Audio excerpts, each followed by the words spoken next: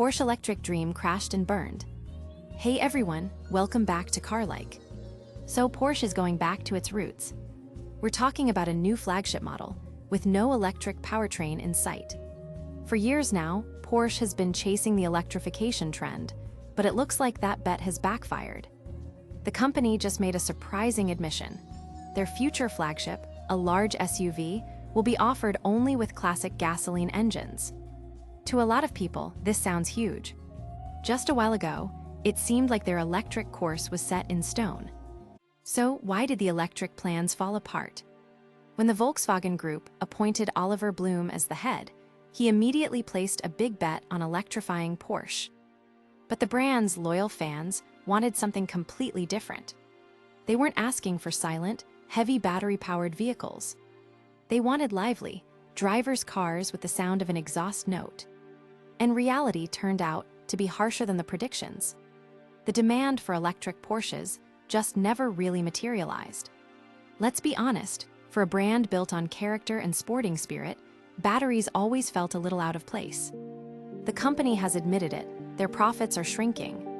In 2025, their profit margin is projected to fall to a maximum of just 2%, and it might even dip into the negative. This is a brand that was famous for having double-digit margins. For the parent corporation, this means losses of more than 5 billion euros. The Porsche brand itself will have to write off around 1.5 billion more. The reason? Missed deadlines on electric vehicles and a forced pivot back towards conventional internal combustion engines and hybrids. The big SUV is gas-powered again.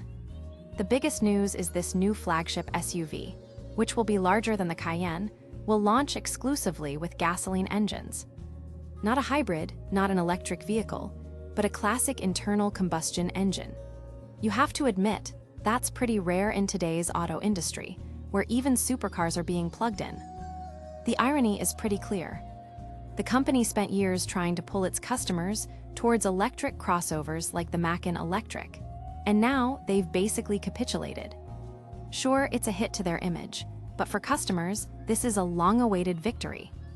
After all, Porsche has always been associated with the emotion of driving, not with searching for a charging station on a road trip. What happens next? Of course, the corporation is still using the official language, talking about a reorganization for new market realities. But let's be honest, there isn't some new reality. People just never really warmed up to the idea of buying electric Porsches in mass numbers. And it makes perfect sense. Sports cars and fast SUVs require a lot of energy, and current battery tech still can't offer the same convenience and emotion as gasoline. It'll be interesting to see what happens to the rest of their model lineup now. It wouldn't be surprising if we see a revision of the plans for the Macan and a more active push for hybrids. But the all-electric projects might be left in limbo. Investors are already unhappy. Porsche's stock has fallen by almost 2/3 over the last couple of years. A quick fact for comparison. You know, Toyota took a completely different path.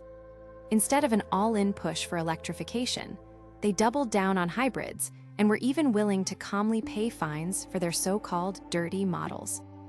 And strangely enough, that pragmatic approach has proven to be much more resilient. Maybe Porsche should have followed that example from the start, instead of playing the part of the electric avant-garde. The bottom line. The story of the last few years is a classic case study of how even a strong brand can get caught up in a trend and lose touch with its core customers. But it's a good thing Porsche has hit the pause button before going over the cliff. This new flagship model with gasoline engines isn't a step backward. It's more like a return to common sense.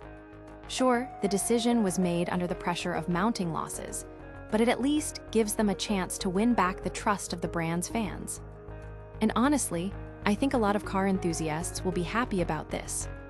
Because a Porsche without the sound of an engine is like an opera without an orchestra.